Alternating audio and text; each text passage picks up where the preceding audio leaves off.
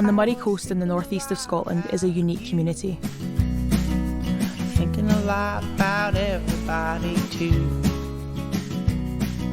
All my mother. I loved living here, the freedom of everything. Whenever I'm coming home, it's always nice to be back.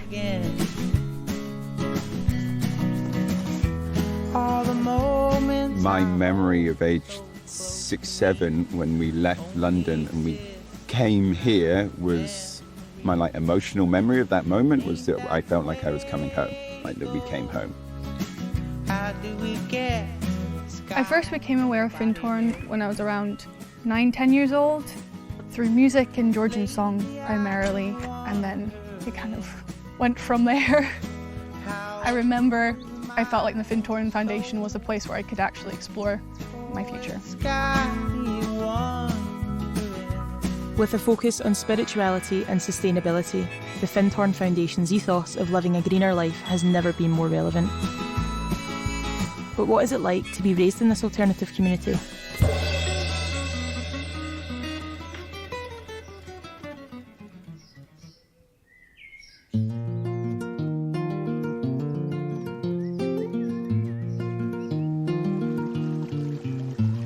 When I'm telling people about where I grew up and stuff, it's quite like they always see the extreme. So they will be like, seeing the full, hippie, do you even have electricity, blah, blah, blah.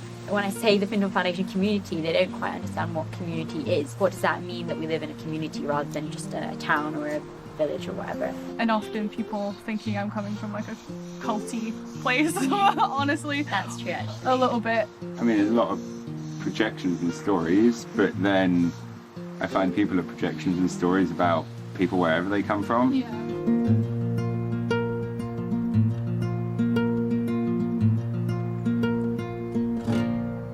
The Findhorn Foundation is an almost 60-year-old spiritual community and workshop centre. The community got famous through growing vegetables in what's effectively a rubbish dump. The whole place was a sandy desert, basically, when the community started. What they were doing was growing vegetables, and the process that they were growing them with had a lot to say, but then how they were doing it was with people and in community, and that's what had the biggest impact on people. Wanting to do things with some togetherness, wanting to care for one another. I can be a cook now, you can write a book now, that's the way to look at life. I think the foundation had between 100 to 120 co-workers. The population of the park itself is about, the Ecovillage, is about 600 to 650 people. Some people come here as retirees, some people come here with their existing businesses. And if you looked at the values and the sort of ethos behind the 40, 50 companies or charities who are based in and around the community, you'd see a lot of similarities. That would probably, I would say, working within a very holistic approach to sustainability. So it's not just, it's recognizing that there is the climate crisis going on, but along with that is the social impact, the economical impact, and the cultural impact. Far away, find us in the future. Something. I was born here and have grew up and lived here all my life. And then when I was 17, I left to travel and then went to uni afterwards.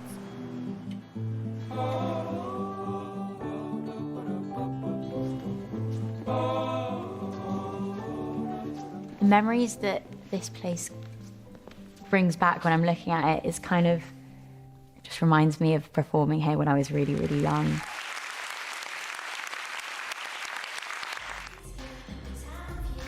You're young and everyone's standing up and cheering you. It just felt really, really warm. Performing here from a young age, I think it gave me like a lot of confidence really, because it was quite daunting, but I always felt really good afterwards, and I do think reflects in how I am as a person now. I felt a bit famous.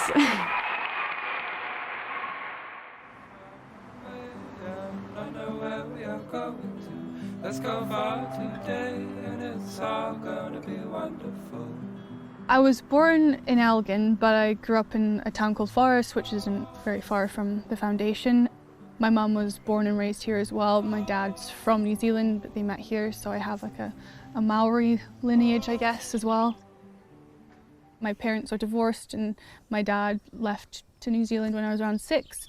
So it's been mum and I for as long as I can remember, and we have an amazing bond. We're really, really close.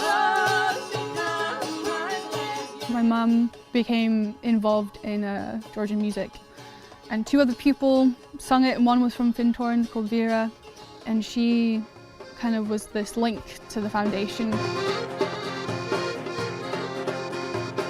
My mum was really involved in Sacred Dance Festival, and she sung every year for about 3 or 4 years, doing jazz as well as Balkan gypsy music. So I came mainly in the summer each year to listen to my mum sing, and I was dancing in the sacred dance songs as well.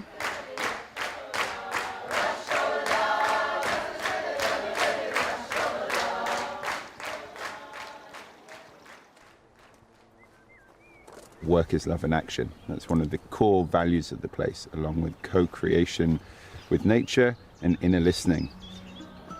It's part of why they live here. They seek some greater connection with nature or a different way of living. And for a lot of people, that connection with the growing food, your own food, is quite an important part of that.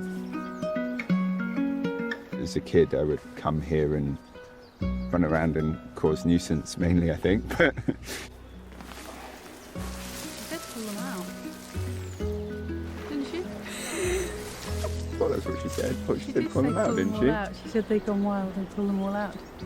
I mean, I hope she meant pull it out and not just take the flowers off. Mate, should we stop and check? Do you want to go check? Here comes the trolley. Is that what we were meant to be doing? It wasn't until sort of 17, 18, 19 when I really started leaving and going and traveling and not really enjoying myself. It was like I was searching for something, and every time I came back it started to dawn on me that actually it was what was going on here is what really excited me and nourished me.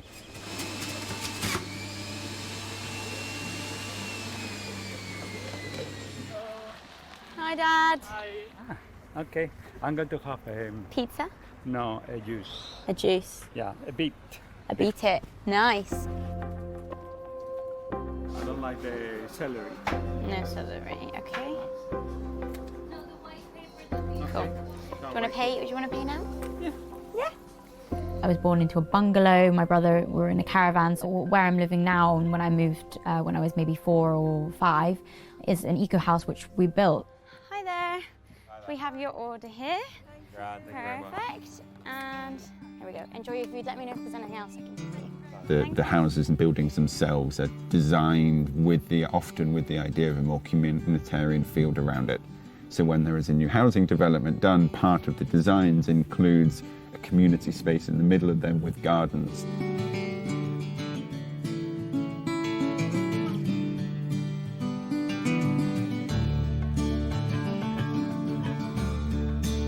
I got offered this opportunity to be part of this conference called the New Story Summit, and that was a pivotal experience for me. And this was a conference with people from all different countries and cultures, Indigenous people as well, and of Polynesian descent, which is partially what I am, and so it felt very poignant. And it was questioning, like, what is our new story, like the direction of humanity, and how are we going to break this cycle of exploitation? And this was offering another path of open communication, of understanding that we don't know the answer, but we're going to try anyway and find this path together. A big part about growing up in the community is to do with where it actually is, which is in semi-rural Scotland. A large part of my childhood or growing up here was being able to be out in the sand dunes and in the forest and building tree houses. It gave a safe space to hang out with friends, have fires here, and have little wee parties and things that close enough to our parents that they would let us go out, but we could have our own space safely.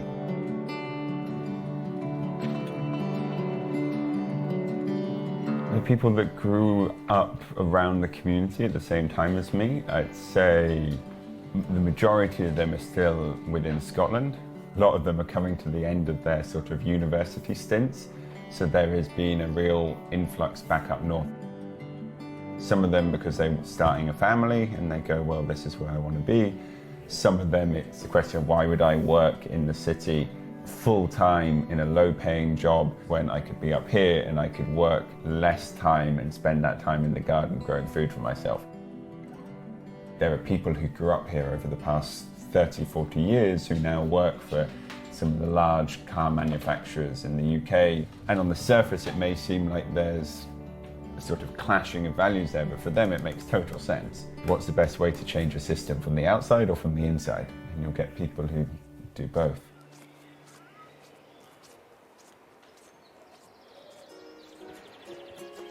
Okay, darling. Hi. Nice. Yeah, you too.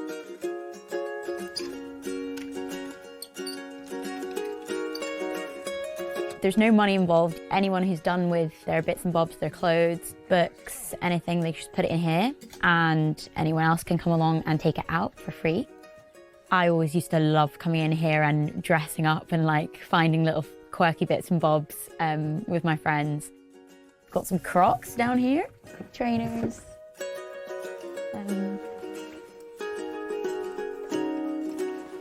Sometimes you'll find a gem and it, like, if you were to buy it, they're actually quite expensive. It's quite handy just to reuse things that people don't need anymore.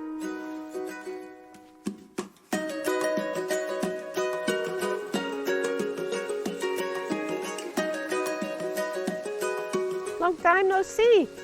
How are you? Are you still singing? By myself in my rooms, yes, but it keeps me sane. For me, gardening has kept me going. Because I could be outside and meeting people who were walking by, and every time I'm here, there's people coming around and say, oh, what you're doing, and then we chat, and at the same time we look at the, you know, the bones in the soil and all the stuff, and yeah, and people have let me know they've started as well with a neighbor composting project, and so one thing I can do as an individual can have a huge spin-off.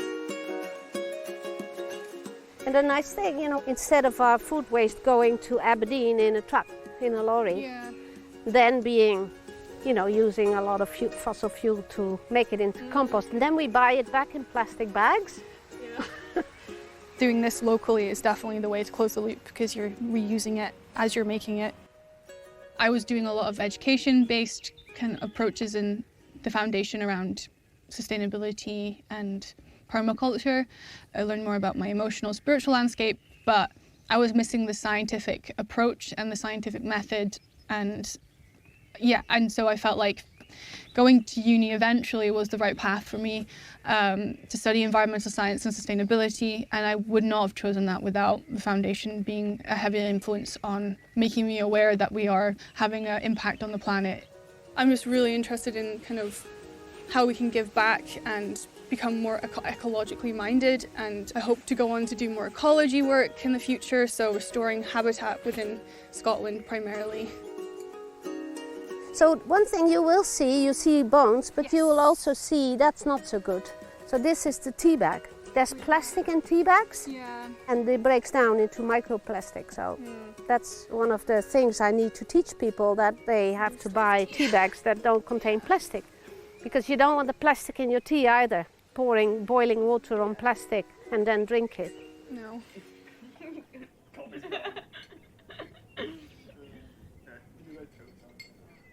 Quite a lot of people actually want to come and visit because I've shown them the place and they think it's really fun and exciting. Lovely. Perfect. You look like a little angel. Yeah, of course.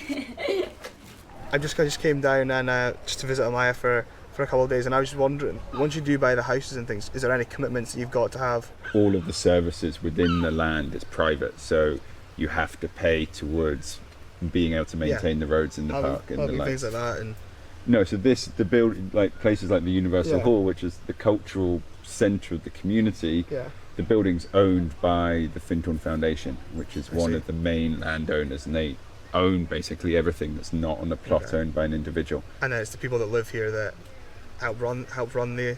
No, there's a charity that runs it. The events are put on, I mean, movies, there's conferences, there's seating in there for like up to 400 people, so sometimes big conferences. Events, Cine- it's like celebrations and things. They put on a sharing for at Christmas time and the solstice and things like that. Sort of variety performance kind of sharing. That's Nice. what we call them, sharings, because people come and share their things. But theatre, bands, I mean, Me and you. Pete Bog Fairies, Done that. Yeah. the kids can come and do our, things in there. My name's Jake and I'm going to tell you what I like and what I don't like about my dad, and then we're going to do something together.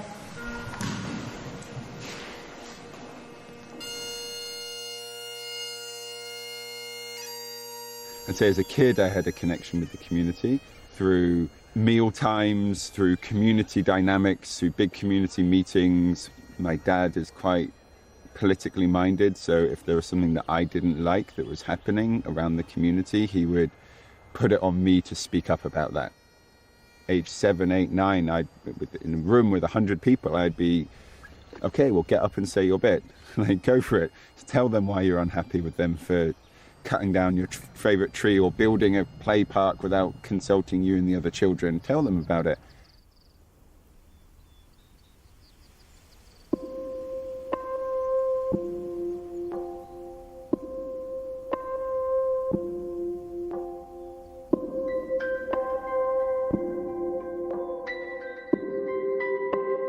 When I moved from Steiner School, everybody was coming with friends they already knew from primary school, and I was just kind of the odd one out.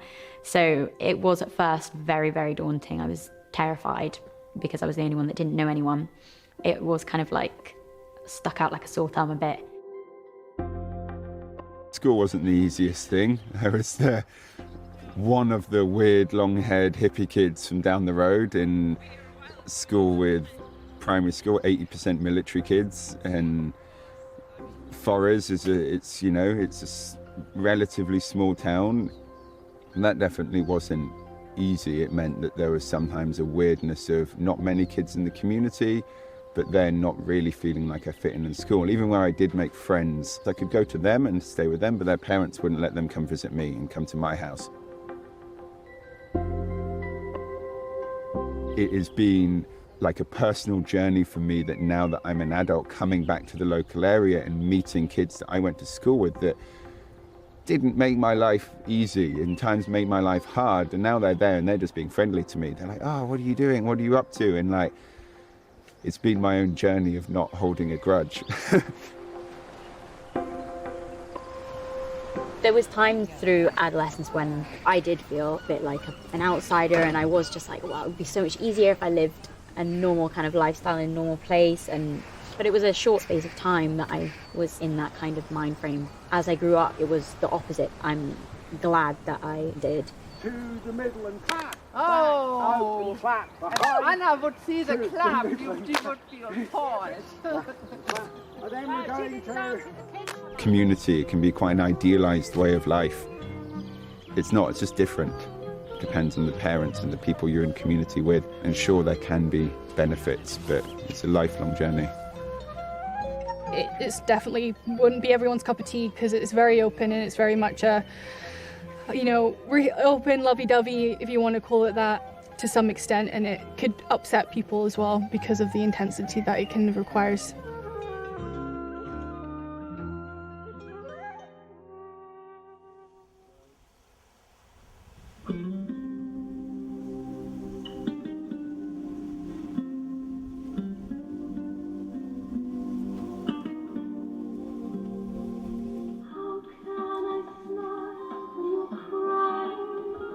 So graceful.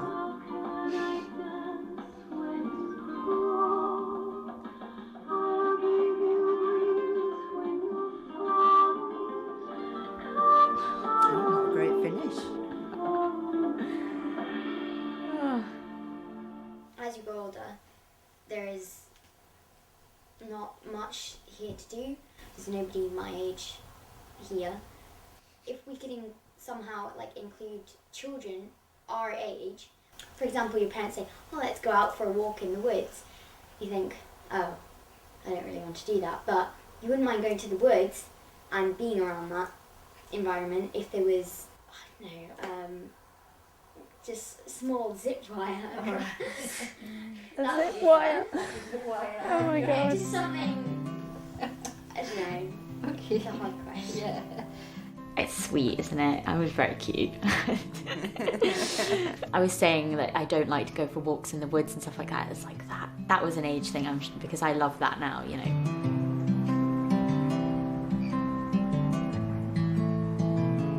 Prices of the housing and accommodation here are on the high side, but I see people come all the time with nothing and make it work.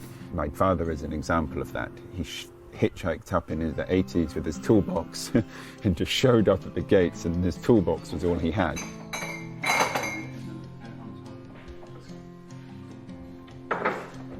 Why did you decide to stay? The real version, the true version.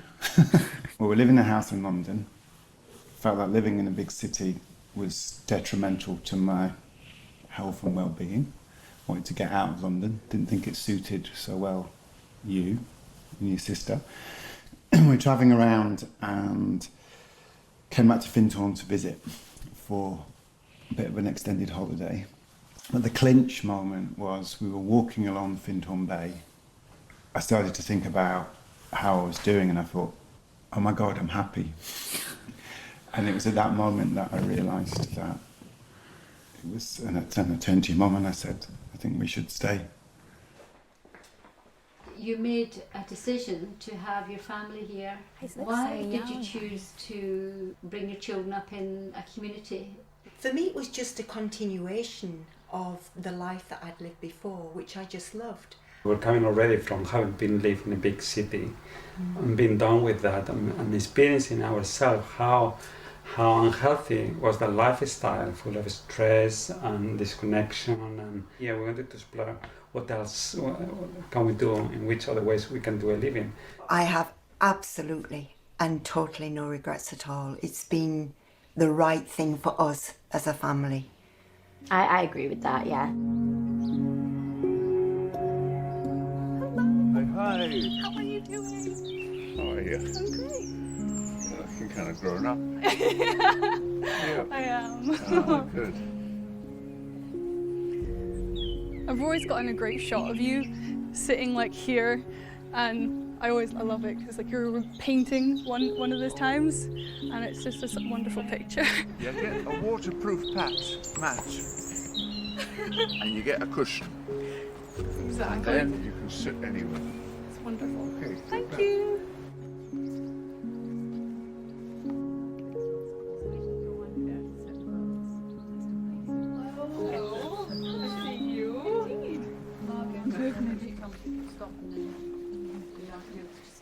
One by one, everyone comes to remember. Do I connect with the idea of growing up green? I'd say yes, I do. However, I'm aware that I do not necessarily connect with everyone else's idea of what that means. For instance, I often see the idea of green as being the idea more of protesting or fighting against or going back to something else. For me, it's about looking forwards, it's about learning from the past, and then about integrating all of that and building something new. The quicker we depoliticize climate change, the better, but I would just love a more nuanced take on it, and to be able to not catastrophize the climate crisis. To come from it is a problem that we can solve and resolve in multiple ways, be it through technology, be it through community and nature-based solutions. And it's not a one-size-fits-all. It will be a dynamic and ever-evolving strategy. I don't think we need to recolonize the world with an idea of sustainability, which is sometimes what I see being done under the name or the banner of green. For me, the idea of green is a holistic approach where you actually look at and assess each person and each group's needs wherever they are, and then draw in learning and research and information from everywhere to find what's best suited for them within the context of the planet. The solutions are not going to come from the same place of how we got here, of putting very technocratic solutions. Sure, technology is great, but how can that act in service for humans rather than as just creating things for the sake of it? How can we look to answers from nature as which has existed all this time rather than just seeking new ways to impose ourselves on it? And especially in things like decision making in groups and structures of organizations, how can we take these experiences of living together into collaborative environments where people are seeking to do things together, not with the doing, not just being or living.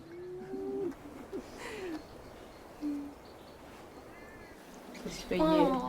And if you can't sing, that's fine. You can just hum or whatever.